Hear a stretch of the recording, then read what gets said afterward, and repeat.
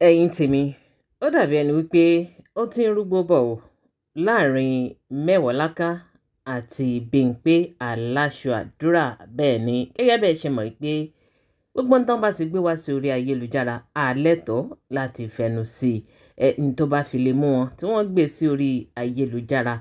Iṣẹ́ tiwa ni láti fẹnu sí ká sì analyze tá a bá lè analyze ń bẹ̀ tá a bá wá ní àwọn ẹ̀rí kéékèèké kan tó yẹ káwa náà gbé jáde àkókò gbé jáde ṣùgbọ́n ṣe la ṣàdédé rí Mẹ́wọ̀ọ́láká èyí tó ń sọ̀rọ̀ lórí ọ̀rọ̀ tí Bímpé Aláṣọ Àdúrà èyí tó ti sọ nígbà kan wípé nípa immorality bí Yínká TNT bí ó ṣe ń ṣe show rẹ̀ àwọn ọ̀rọ̀ tó máa ń sọ àwọn ọmọ kéékèèké ń gbọ́. Wọ́n ní gbogbo nǹkan tó ń ṣe lórí ètò rẹ̀ bí kò mọ̀ sọ wípé kí àwọn ìyàwó kò mọ̀ ní threesome kò mọ̀ ní foursome kò mọ̀ bá wọn bàbá ọkọ wọn àbúrò ọkọ wọn ẹ̀gbọ́n ọkọ wọn kò mọ̀ bá wọn sùn. Wọ́n léléyìí kò bá òfin mu rárá. Kódà wọ́n tún tẹ̀síwájú wọ́n níṣẹ́ ni àwọn ò mú ẹjọ́ rẹ̀ lọ sí ọ̀dọ̀ àwọn ìjọba ìlú London èyí tí àwọn wà tí wọ́n sì wá bá wọn tú gbogbo ọ̀rọ̀ tí Yínká TNT èyí tó mọ̀ ń sọ ní orí ètò rẹ̀. ẹ̀yin tèmi wọ́n níṣe ni ó ń promote immorality. Gbogbo ọ̀rọ̀ tí ń sọ yìí ọ̀rọ̀ tó lè ba àwọn ọ̀dọ́ láyé jẹ́ ni. ẹ̀yin tèmi arábìnrin yìí ó ka ọ̀rọ̀ yìí kalẹ̀. Eléyìí ló jẹ́ kí Mẹ́wọ̀ọ́láká kó jáde láti wá káùntà rẹ̀ wípé rárá o tí gbogbo èèyàn bá tiẹ̀ fẹ́ sọ̀rọ̀ tí gbogbo èèyàn bá fẹ́ bá Yínká TNT wí wọ́n ní kò yẹ kó jẹ́ Bímpé Aláṣọ Àdúrà. wọ́n nítorí wípé ó ti fìgbà kan jáde tó ń praise Yínká. wọ́n ní kódà gbogbo ìgbà tí ọ̀rọ̀ ẹlẹ́hàá nígbà kan tó ń ṣẹlẹ̀ wípé ẹlẹ́hàá ní threesome ní foursome pẹ̀lú àwọn àfáà wọ́n níṣe ni Bímpé Aláṣọ Àdúrà tó jáde nígbà náà lọ́hùn pé òun gan-an ṣetán láti ṣerú nǹkan tí ẹlẹ́hàá ṣe kóun kó àwọn ọkùnrin mẹ́ta sápọ̀ ọ̀tún kókó mẹ́ta sí apá òsì kí gbogbo wọn kó wá máa ṣiṣẹ́ lórí òun nìkan. wọ́n ní kódà ó wo òun gidigidi gan ni. gbogbo ohun tí Bímpé Aláṣọ Àdúrà tó sọ nígbà náà lọ́hùn ó ló jẹ́ kí Mẹ́wọ̀ọ́láká náà ó jáde pé rárá o tí gbogbo èèyàn bá tiẹ̀ fẹ́ sọ̀rọ̀ kò yẹ kó jẹ́ Bímpé Aláṣọ Àdúrà. ó ní wàá mọ̀ sọ wípé tí Yínká TNT ń ṣe pé kò bójú mu. ó ní lásìkò yìí kọ́ torí pé nígbà tí gbogbo àwọn jáde táwọn ń panupọ̀ láti bá Yínká TNT wí ó lóun ló jẹ́ nìkan tó ń sọ̀pọ̀tì ẹ̀ tó sì ń bàkẹ́ up tó ń kọrin mọ́ jùlọ mò ń wẹ̀yìn rẹ fún ẹ̀yin tèmi. ọ̀rọ̀ yìí mọ̀ gbẹnu tán kó tó di wípé àwa play nǹkan tí Mẹ́wọ̀ọ́láká èyí tó sọ ní orí ọ̀rọ̀ Bímpé Aláṣọ Àdúrà. ẹja sáré dá yín padà sí nǹkan tí Bímpé Aláṣọ Àdúrà èyí tó ṣe nínú fídíò yìí. ẹja sáré wò. sí owó ń fẹ́ yín mo kó tẹ bá ti rún ẹpọ̀n yẹn dáadáa ẹ wò wọ́n á máa ṣe báyìí wọ́n á máa ṣe báyìí ẹ wá bẹ̀rẹ̀ níbi ìjànjẹ́ ẹpọ̀n yẹn ẹ wá gbẹnu sí ìjànjẹ́ ẹpọ̀n lélẹ́yìí o káàzù pẹ́pọ̀n ní okó ni ẹ wá gbẹnu síbi ìjànjẹ́ ìgbẹ̀lẹ́ tí bá gbẹnu lọ sókè.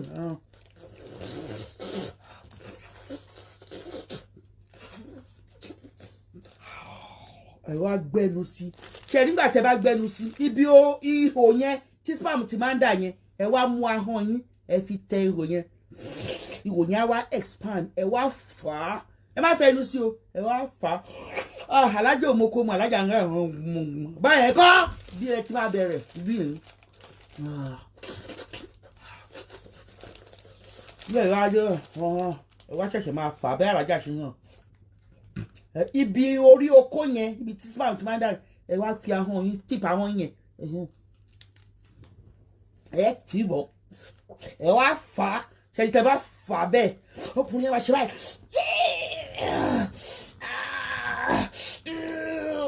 ẹ wá fà á dọ̀ ẹ wá tún bẹ̀rẹ̀ láti òkè yẹn ẹ wá máa ṣẹ́ni yẹn báyìí sáré ẹ tún gbé ẹpọ̀n yẹn ẹ tún gbé sẹ́nu ẹ kó sí ẹnu ẹ squeeze ẹ pẹ̀lú ẹ má fẹ́ yín sí o torí Esabod ní ó ní òun máa ń fẹ́ yín gé ẹpọ̀n ni ẹ má fẹ́ yín sí àná mo so busy gan nígbà kọ Esabod wọn náà wá ó mo kó mu torí ẹ lẹ ṣe kí n rí àwọn suitors tó pọ̀ mo kọ́ yín bó ṣe mu oko alájà ò mú kó mu ẹ sábọ̀dù ò mú kó jẹ ò mẹ́pọ̀n jẹ bẹ́ẹ̀ ṣe bẹ̀rẹ̀ nìyẹn ẹpọ̀n rèé okó rèé.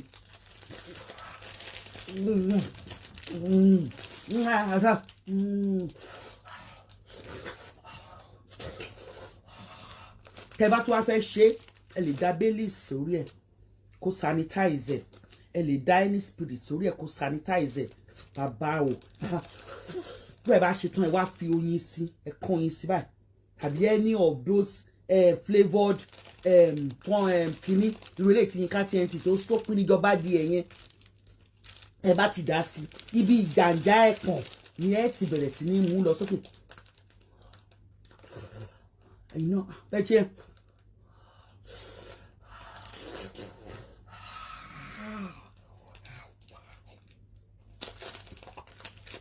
ẹ wá máa fà á dọ̀ lẹ máa fà á ẹ wá fi nígbà tẹ bá rí pé ó ti ṣe ẹ wá mú orí tíìpù ahọ́n yín ẹ wá kìbọ̀ bí ibi tí ìtọ̀ ti bá jábọ́ tàbí tí spam ti bá jábọ́ yẹn tẹ bá tì í sí ẹ kiri ara yín ẹ wá fà á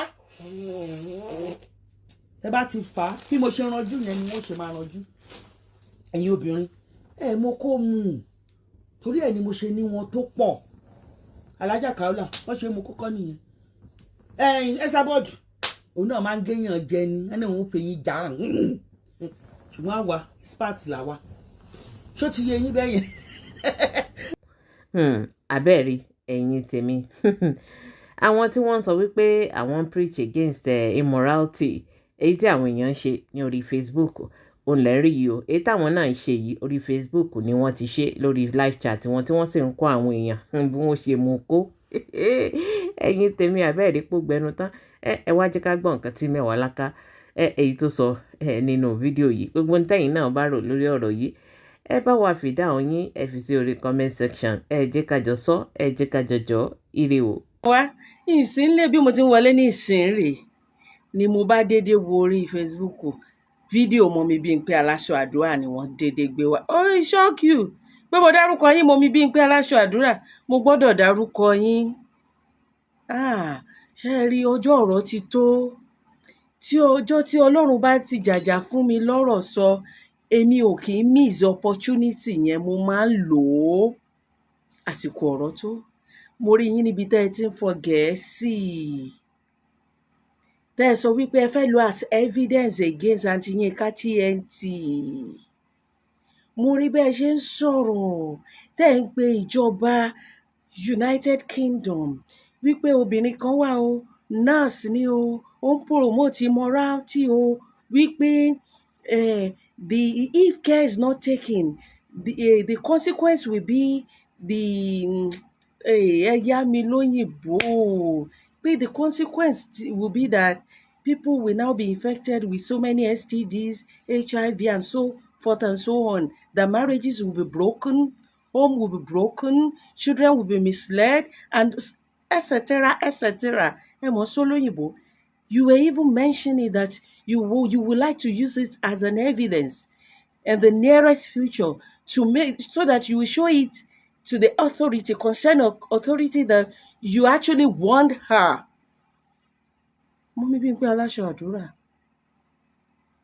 bí gbogbo èèyàn bá ń yọ owó ọṣẹ wàláhì azim kì í ṣe bí ata àtọ̀ lé yín ẹ má bínú ṣé àmọ́ pé ti máa ń bú mi dáadáa wàláhì gbogbo ẹ̀ ni mò ń gbọ́ Ọlọ́run ò dẹ̀ jẹ́ kó dùn mí Ọlọ́run ò jẹ́ kó bí mi nínú mo kàn máa ń wò mo máa ń rẹ́rìn ni kódà tí wọ́n bá ní according to history pé ta ló kọ́kọ́ jáde fún mi ní orí Facebook Mọ́mì Bímpé Aláṣọ Àdúrà ẹ̀yin mi mo rántí ní 2021 ẹ̀yin lẹ́kọ́ jáde fún mi ṣùgbọ́n ìyẹn kọ́ ni wàhálà Ọlọ́run ò ní jẹ́ kí inú bí mi débi tí màá fún yín lẹ́sẹ̀ sùúrù tí Ọlọ́run fún mi tí mo fi ń ro ti àgbàlagbà mọ́ yín lára Ọlọ́run á túbọ̀ máa fún mi lọ Ọlọ́run ò ní ba ọmọlúwàbí mi jẹ́ láti ara yín ṣùgbọ́n tí mo fẹ́ sọ gangan rèé mo fẹ́ rán yín létí 2023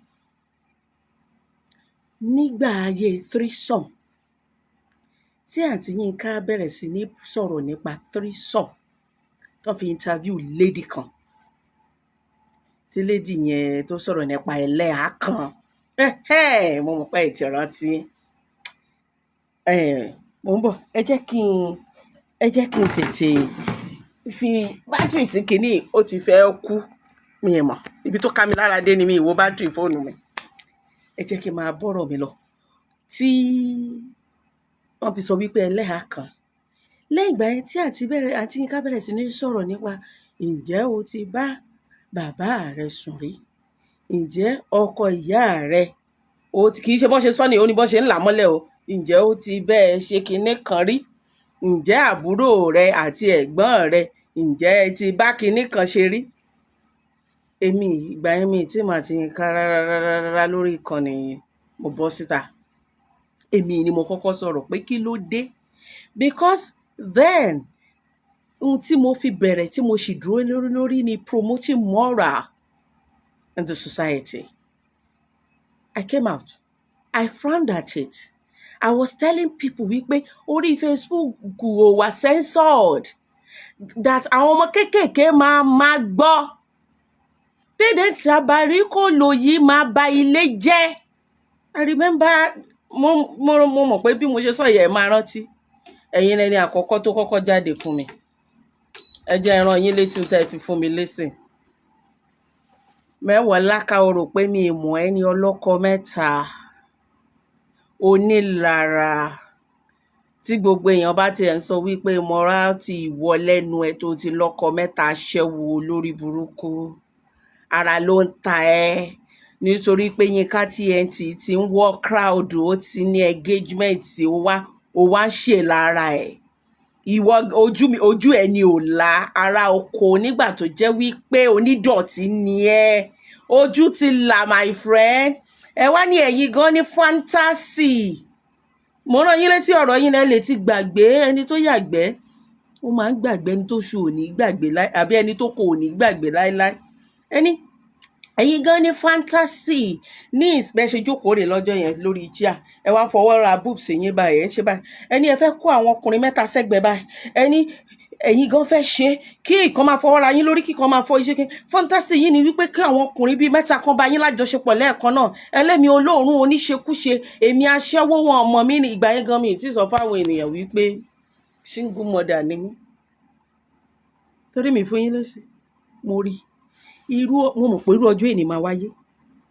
Ọlọ́run fún mi lẹ́bùn kan láti wo ṣàkún ibi tọ́rọ̀ ń lọ. Mo dákẹ́. Ṣùgbọ́n àwọn ẹni bí ẹni àwọn àgbà dáadáa, mọ́mí ọba ńlá ń gbà yẹn, ó pè mí àti Yínká pọ̀. Àti Yínká ní Mẹ́wọ̀ọ́láka ò bá ti pè mí, mi ìmọ̀ ẹ̀rí ò dẹ̀ mọ̀ mí, ò bá ti wádìí nọ́mbà mi.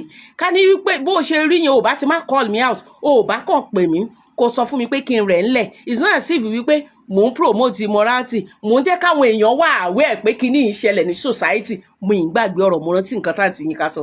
Mo kò fẹ́ káwọn èèyàn wà aware pé irú nǹkan bẹ́ẹ̀ yẹn pé ó ń ṣẹlẹ̀ ní society. Excuse me, nǹkan kan wà lẹ́nu mi.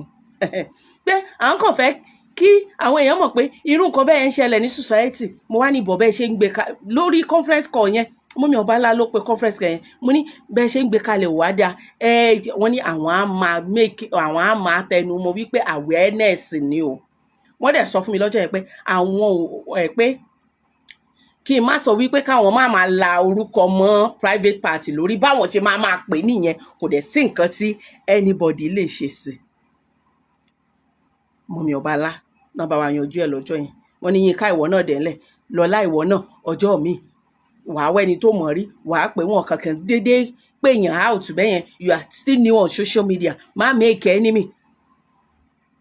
But mọ́mí kìíní ẹ̀yin dákẹ́, ẹ ṣe show mẹ́jọ lórí ọ̀rọ̀ yìí. Tẹ́ ń sọ pàǹtí àǹtí Yínká máa báṣẹ́ ẹ lọ. Kí ló wá délé ni? Ẹ jọ̀ọ́ kí ló ṣẹlẹ̀ gangan lálẹ́? Kí ló fàjà? Kí ló wá bóyìnbó wá? Kí ló wá dé tẹ́ ń pe authority lórí àǹtí Yínká? Ìbéèrè ni o, mi ì bá yín jà o. Is it because you guys are no longer in good terms? Tí gbogbo èèyàn bá ń pe àǹtí Yínká out, mọ́mí bí pé kò tọ́ sẹ́nu yín. Ẹ jẹ́ kí ẹni tó neutral, tí ò ní grudges pẹ̀lú àǹtí Yínká, ẹ jẹ́ kó pe Àǹtí Yínká síta. Àwa yìí máa sọ wípé yes, a ti sọ fún wọn rí, wọn gbọ́ ni, bọ̀ kì í ṣẹ̀yìn. Ẹ ṣe nítorí Ọlọ́run, ẹ ṣe nítorí pé ẹ fẹ́ bà ti Yínká jẹ́ ni. Ẹ ṣe nítorí wípé ẹ fẹ́ kó stop program yẹn. Ẹ ṣe nítorí wípé ó ti disgrace yín, bóyá lóun ra washing machine fún yín, ẹ wá fẹ́ bà ti ẹ̀ jẹ́ lẹ ṣe ń ṣe. Torí ọ̀nà tẹ́ ń gbà ṣe gan wípé ẹ̀ ń pe authority ẹjọ́ tán bá deport ẹ̀ lẹ́ni kí lè rè yín. Ẹ ló ń gbowó social, ṣé wọ́n fẹ́ kówó ẹ̀ lé yín lọ́wọ́ rárá. Ara nǹkan tá à ń sọ rèé o. Má torí wípé ojú ọ̀rẹ́ èèyàn tó bá ń ṣe ibi téèyàn kan bá pe àkíyèsí ẹ̀ sí, pé ọ̀rẹ́ ẹ̀ sí kọ̀kọ̀ sọ fún wípé ohun tó lágbájá sọ òótọ́ ọ̀rọ̀ dẹ̀ ni, èmi náà ti fẹ́ pàkíyèsí ẹ̀ sí. Ẹ máa ń ṣe lórí social media dáadáa. Tó bá ti jẹ́ nítorí pé ẹni tẹ́ ẹ̀ láìkì ló sọ òótọ́ ọ̀rọ̀, ẹ bàjá. You won't listen to the message, but you attack the messenger just because you have issue, or probably at that time gba tiẹ̀, ẹ believe pé who is she. Tó bá jẹ́ ẹni tẹ́ ẹ láìkì ló ń promote ìwà kan tí ò dáa, ìbá bá gbogbo ayé ọmọ ọlọ́mọ jẹ́, since tí ò bá ti affect ẹ̀yin kó máa ṣe lọ ni. Òun ló délẹ̀ yìí. Kí lẹ wá ń pariwo ìtàlẹ̀ sóyìnbó fún àwa yìí? Tí Àǹtí Yínká bá ní problem ní UK, mi tí ìgbà tàǹtí Yínká náà, mi ò ń gbé èèyàn mọ́ra, mi fagídí bá òun náà. Àǹtí Yínká náà gan mọ̀ bá Àǹtí Yínká ṣe lé lèmi náà ṣe lé, àjọ wà pọ̀ ní. Ṣùgbọ́n lórí ọ̀rọ̀ yìí, tí ẹ bá pe ìjọba wípé kí ni, àwa kan wà tá a ní fídíò ibi tẹ́ ẹ ti support Àǹtí Yínká, tẹ́ ẹ sọ wípé fantasy yín ni kẹ́yìn gan ṣe ọkùnrin mẹ́ta pọ̀, wípé ẹ support ẹ kó máa báṣẹ́ ẹ lọ. Àwa máa lò as evidence against you wípé culprit lẹ́yìn méjèèjì, partner in crime lẹ́yìn méjèèjì, wípé ẹ fẹ́ fi blackmail ẹ̀ ni nítorí wípé bóyá ẹ̀rí nǹkan gbà mọ́ lọ́wọ́ ẹ̀. Wàláhì àwa kan ti dúró dè yín. So kò tọ́ sẹ́nu yín. Mi ìbúyọ́, mo ń ṣàlàyé ni, mo fẹ́ kí àwọn èèyàn fi eléyìí kọ́gbọ́n ni, pé tí a bá tètè pé kan ìrókò tó bá dàgbà tán, odidi ẹni ni ó máa gbà. Ẹ jẹ́ kí ẹlòmíì pe Àǹtí Yínká síta. Ẹ jẹ́ kí ẹlòmíì tó sì níyì ní ọwọ́ Àǹtí Yínká, tí ò tí ì ṣàbòsí, tí àbòsí ò tí ì tú wọn ká, kó pe Àǹtí Yínká. Bóyá Àǹtí Yínká gbọ́, bóyá àwa ìyá wa support, a sì dúró lórí ọ̀rọ̀ wa. Kí Àǹtí Yínká jọ kán bá wa dẹ̀ ńlẹ̀, kán máa jẹ́ kán, tó bá jẹ́ wípé wọ́n fẹ́ ṣe sex education, kí wọ́n ṣe lọ́nà tó fi máa wà ìwé wípé sex education. Ṣùgbọ́n kán máa sọ wípé ọkọ àti ìyàwó kan coded kinní kan kan jọ, kì í ṣe nítorí tiwa nìkan, àwọn náà bímọ. Facebook ò dẹ̀ wà censored. Tó bá dẹ̀ láwọn ò ní gbọ́, a lè fọlọ́pàá mú wọn, a lè fi àfagídí mú wọn. Gbogbo ohun tá a bá ń ṣe lórí ètò yìí, lórí ìkànnì yìí, ló lẹ́san. Ọlọ́run á san fún oníkálukú gẹ́gẹ́ bí iṣẹ́ ọwọ́ rẹ̀. Àwa sì stand against. Èmi ti kúrò lórí péjì yẹn, mi ì tiẹ̀ rí mọ́. Gẹ́gẹ́ bóun náà ṣe sọ, ó ní ẹni tí ò bá tẹ́ lọ́rùn kó kúrò lórí péjì òun. Àwa ti kúrò ńbẹ̀. Dàtẹ́ láǹṣẹ́ lára ẹni. Àmọ́ mo tún padà sórí ọ̀rọ̀ yín. Ẹ jẹ́ kẹ́lòmíì pe àkíyèsí Àǹtí Yínká. Ẹlòmíì tí ò ṣàbòsí, ẹlòmíì tó wùwà àgbà. Ṣé ẹ mọ̀ pé ipò àgbà lẹ́wà ni? Ó ti yẹ ká máa fi ọ̀rọ̀ lọ̀ yín, kẹ́ wá máa dá sí. Kẹ́ máa dá sí, kẹ́ máa yanjú ẹ̀ ní tùbí. Kò yẹ ká bá yín níbi ìbí àwọn nǹkan tá a ti ń bá yín nísìn. Kò yẹ bẹ́ẹ̀ mọ́. Ṣùgbọ́n ó ti rí bẹ́ẹ̀ ni, Ọlọ́run ló ní kó rí bẹ́ẹ̀. Ṣùgbọ́n lórí eléyìí o, mo jèrè ọ̀rọ̀ lọ́wọ́ lára yín, Mọ́mì Adébímpé. Ọlọ́run fún mi lọ́rọ̀ sọ. Àṣẹ ẹ mọ̀, àṣàbòsí lẹ̀ ń ṣe. Evidence wà against yín. Ẹ jẹ́ kẹ́lòmíì sọ. Bójú akátá bá ń léwó, ẹjọ́ kì í ṣẹnu ẹdìyẹ láti gbọ́. Ẹ lè bú mi o, mo ti sọ tèmi náà. Ire o.